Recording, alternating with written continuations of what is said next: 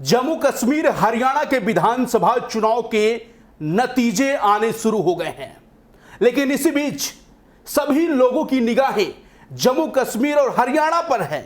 लेकिन उधर बिहार में खेला हो गया है। जी हां, पटना से लेकर दिल्ली तक मैराथन मीटिंगें हो रही हैं। नीतीश कुमार बीजेपी कोटे के मंत्रियों से बात नहीं कर रहे हैं। नीतीश कुमार बीजेपी के नेताओं से नाराज चल रहे हैं।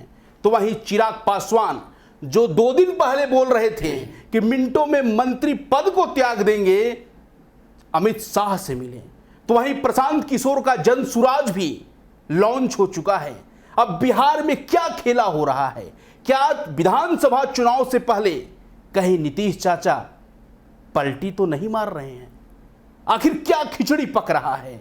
हम अंदर की खबर बताने जा रहे हैं। हमारे साथ प्रधान संपादक सुनील राउत जी जुड़ चुके हैं। सर, जेडीयू और बीजेपी में कुछ ठीक नहीं है, कुछ भी ठीक नहीं है। बिहार में नीतीश फिर से नाराज हैं, क्या कहेंगे? क्या है अंदर का मामला? नहीं, ये खबरें आ रही है नीतीश कि चाचा है फिर नाराज हो गए हैं और वो बीजेपी विधायकों से उन्होंने दूरी बना ली है, ऐसी खबरें आ रही है। हालांकि नीतीश के बारे में कहा जाता है कि ही इज अनप्रिडिक्टेबल मैन। वो पल में तोला पल में मासा। कल तक भारतीय जनता पार्टी के साथ रहेंगे, परसों किसके साथ चले जाएंगे पता नहीं। उनका कोई गारंटी नहीं ले सकता है। मतलब आप वो नीतीश कुमार खुद भी गारंटी नीतीश कुमार की नहीं ले सकते, ऐसा मुझे लगता है उनका जो ट्रैक रिकॉर्ड है। और अभी वो चुनाव से पहले, झारखंड राज्य के चुनाव होने हैं उससे पहले, और जिस तरह की हवा चल रही है, पिछले चुनाव के जो नतीजे आए और राज्यों में जिस तरह से लोकसभा चुनाव के बाद जो उपचुनाव हुए उनके नतीजे आए, जो राज्यों के नतीजे आ रहे हैं चुनाव के, उसमें जिस तरह से भारतीय जनता पार्टी जो हारती हुई दिख रही है। और अभी जो 2 राज्यों के चुनाव के नतीजों के जो एग्जिट पोल आए हैं और अभी थोड़े से जो रुझान आने शुरू हो गए, उसके बाद चाचा का मन डोल रहा है, ये खबरें आ रही है। अब बिहार की राजनीति में इसीलिए हम कह रहे हैं कि क्या खेला होगा, क्या खेला की शुरुआत हो चुकी है। और चाचा जो पलटूराम चाचा जिनको कहा जाता है, क्या वो अपना मन भी पलट लेंगे कि नहीं भैया, जिधर कश्ती डोलती हुई दिख रही, जिधर हवा का रुख है उधर ही चाचा होलिए।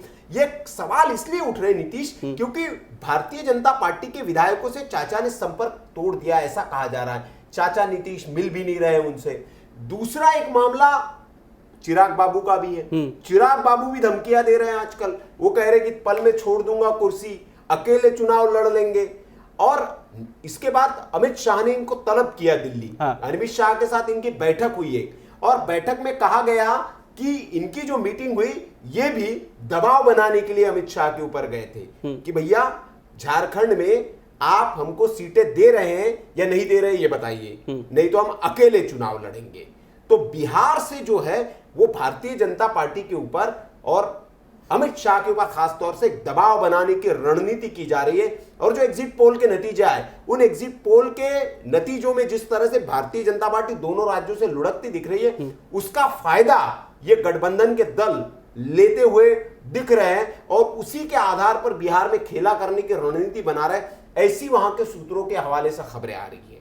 लेकिन जिस तरीके से लोकसभा चुनाव से पहले नीतीश कुमार एनडीए के साथ आते हैं, हर बार का उनका आप ट्रैक रिकॉर्ड निकालिएगा तो लोकसभा चुनाव से पहले वो एनडीए के साथ आ जाते हैं और विधानसभा चुनाव से पहले वो अपने भतीजे के पाले में चले जाते हैं। तो क्या यही कुछ सियासी गणित दिखाई दे रहा है? बिल्कुल। देखिए, ये नीतीश, इसके लिए थोड़ा हमको इंतजार करना होगा। जिस तरह से ये 2 राज्यों के चुनाव हुए, इसके नतीजे अभी तो आने शुरू हुए, इससे रुझान है अभी। अगर ये नतीजे फेवर में नहीं आते भारतीय जनता पार्टी के, और इसके बाद जो महाराष्ट्र के चुनाव होने हैं, जो झारखंड के चुनाव होने हैं, वहां पर भी अगर भारतीय जनता पार्टी पिछड़ती दिखती है तो निश्चित तौर पर आप यकीन मानिए कि चाचा नीतीश को यह लगेगा कि भारतीय जनता पार्टी की हवा नहीं रही है, भारतीय जनता पार्टी का ढलान शुरू हो गया है, तो चाचा जो है वो पलटी मार सकते हैं। ये अभी उन्होंने उसकी भूमिका एक तरह से बनानी शुरू कर दी, क्योंकि पहले वो भूमिका बनाते हैं ना, कि जाने के लिए छोड़ने के लिए भूमिकाएं बनानी शुरू करते हैं। तो ये कहा जा रहा है कि इन्होंने भूमिकाएं बनानी शुरू कर दी।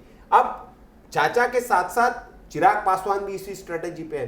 वो भी एक दबाव की राजनीति करने में लगे हैं। हालांकि अमित शाह ने उनको बुला के कहा जा रहा है कि डाटा फटका रहा है, कहा है कि तुम भाई उलझुल उटपटांग बयान दे रहे हो, पल में छोड़ देंगे, ये कर देंगे। क्या है, क्योंकि झारखंड में आपका कोई जनाधार नहीं है, आप कह रहे नहीं हम और भी राज्यों में चुनाव लड़ेंगे, 5 सांसद हमने आपको क्या दे दिए, ये तो जीत के तो भारतीय जनता पार्टी के आप वजह से आए हैं, ये इनको समझाया गया है, ये खबर है अंदर की। लेकिन सियासी पंडित हमेशा कहते हैं कि जेडीयू जब लोकसभा चुनाव में बीजेपी के साथ चुनाव लड़ती है तो बीजेपी के वोटर तो जेडीयू को वोट दे देते हैं, लेकिन जब विधानसभा की बारी आती है तो बीजेपी के वोटर जेडीयू को वोट नहीं देते। आपका अनुमान क्या कह रहा है? नहीं, वो बहुत जल्दबाजी होगी अभी कहना विधानसभा चुनाव को लेकर। हाँ। लेकिन हाँ, निश्चित तौर पर भारतीय जनता पार्टी अभी जो राज्य की अगर स्थिति हम कहें तो भारतीय जनता पार्टी की ओर से अपनी ओर से ऐलान पहले ही कर दिया गया है। वो नीतीश चाचा का साथ नहीं छोड़ना चाहते। उन्होंने पहले ही कह दिया कि विधानसभा चुनाव जो होगा अगला हम नीतीश के नेतृत्व में ही लड़ेंगे। और इस बयान को देने के पीछे बड़ा जो मकसद है नीतीश, वो आप समझेंगे कि चाचा की जरूरत केंद्र में बहुत है और केंद्र की सरकार को अगर स्टेबल रखना है तो चाचा को स्टेबल रखना जरूरी है। इसलिए चाचा को अभी से बताया जा रहा है कि अगला चुनाव भी आप ही के नेतृत्व में लड़ा जाएगा, आप ही मुख्यमंत्री होंगे और आपकी बातें मानी जाएगी। लेकिन इसका फायदा उठाकर नीतीश कुमार जो है वो राज्य में एक बड़े भाई की भूमिका में आना चाहेंगे। अभी भी वो बड़े भाई की भूमिका है, लेकिन ज्यादा सीटों पर भारतीय जनता पार्टी और ये आपस में जब चुनाव लड़ते हैं तो ज्यादा सीटें भारतीय जनता पार्टी अपने पाले में करने की कोशिश करती है। इस बार नीतीश कुमार जो है वो दबाव बनाने की रणनीति में रहेंगे और मुख्य उसमें रहेंगे और उसके आसार भी दिखने लगे। अभी से वो अगर भारतीय जनता पार्टी के विधायकों से नहीं मिल रहे, दूरी बना रहे हैं, बैठकों में इधर दिल्ली में बैठकों का दौर चल रहा है, अमित शाह बुला रहे हैं, तो ये और झारखंड में खासतौर पर एक और खबर निकल कर आ रही है कि जो झारखंड में आजसू के साथ भारतीय जनता पार्टी का गठबंधन है, जो झारखंड यूनियन स्टूडेंट यूनियन जिसको कहा जाता है, उसके साथ बीजेपी का समझौता है। लेकिन कहा जा रहा है कि नीतीश कुमार को भी झारखंड में साथ में लिया जा सकता है और जेडीयू भी वहां गठबंधन में चुनाव लड़ सकती है। चिराग पासवान भी चाह रहे कि हमें भी आप साथ में ले, हमें भी कुछ सीटें दें।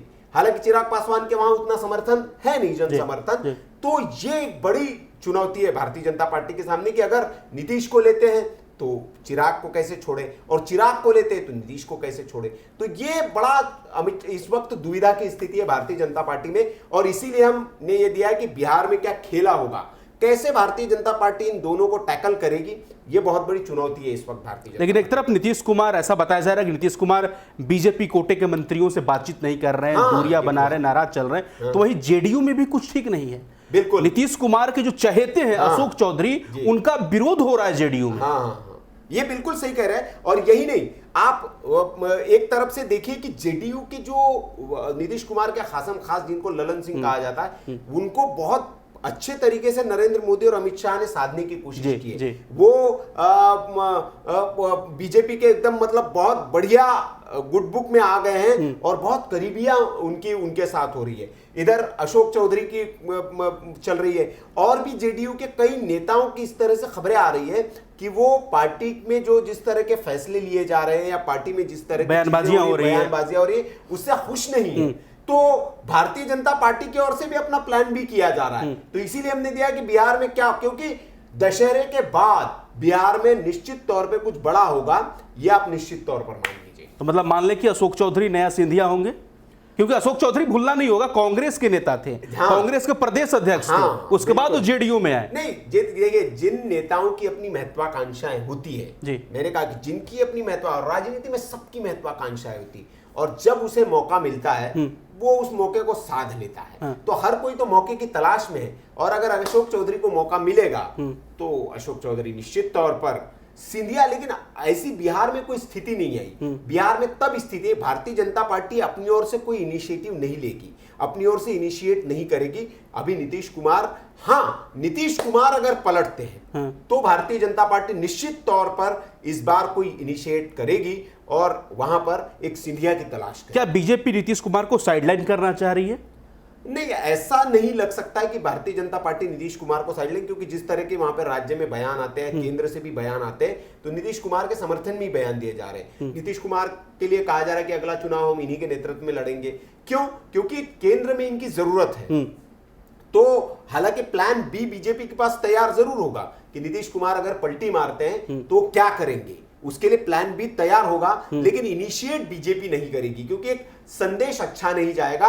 यह कहा जाएगा कि जैसे कि भारतीय जनता पार्टी अपने सहयोगियों को खत्म करने में लगी हुई है। यह आरोप भारतीय जनता पार्टी पर लगता है। चाहे हम शिवसेना की बात करें, उन्होंने कहा कि देखिए शिवसेना साथ में थी, शिवसेना को खत्म कर दिया, ठीक है। बाकी ओडिशा के जो नवीन पटनायक है उनके बारे में कहा जाता है कि देखिए जिन्होंने साथ दिया, वाईएसआर कांग्रेस के जो जगन मोहन रेड्डी, उनके बारे में कहा जाता है कि देखिए जिन लोगों ने साथ दिया एनडीए का, उन्हीं लोगों के साथ भारतीय जनता पार्टी ने अच्छा नहीं किया।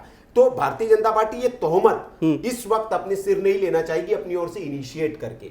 अगर नीतीश कुमार की ओर से ऐसी कोई हरकत की जाती तो निश्चित तौर पर भारतीय जनता पार्टी के पास प्लान बी जरूर कोई होगा। नीतीश, चलिए बहुत धन्यवाद सर, आपने अपना बहुमूल्य समय दिया। तो ऐसा बताया जा रहा है कि दशहरे के बाद बिहार में कुछ बहुत बड़ा सियासी खेला होने जा रहा है। फिलहाल हम आपके ऊपर छोड़ रहे हैं कि क्या नीतीश कुमार एक बार फिर से पलटी मारेंगे या फिर कुछ और होने वाला है। कमेंट करके जरूर बताएं। बाकी देश और दुनिया की तमाम छोटी बड़ी खबरों को देखने के लिए आप बने रहे हमारे साथ। धन्यवाद।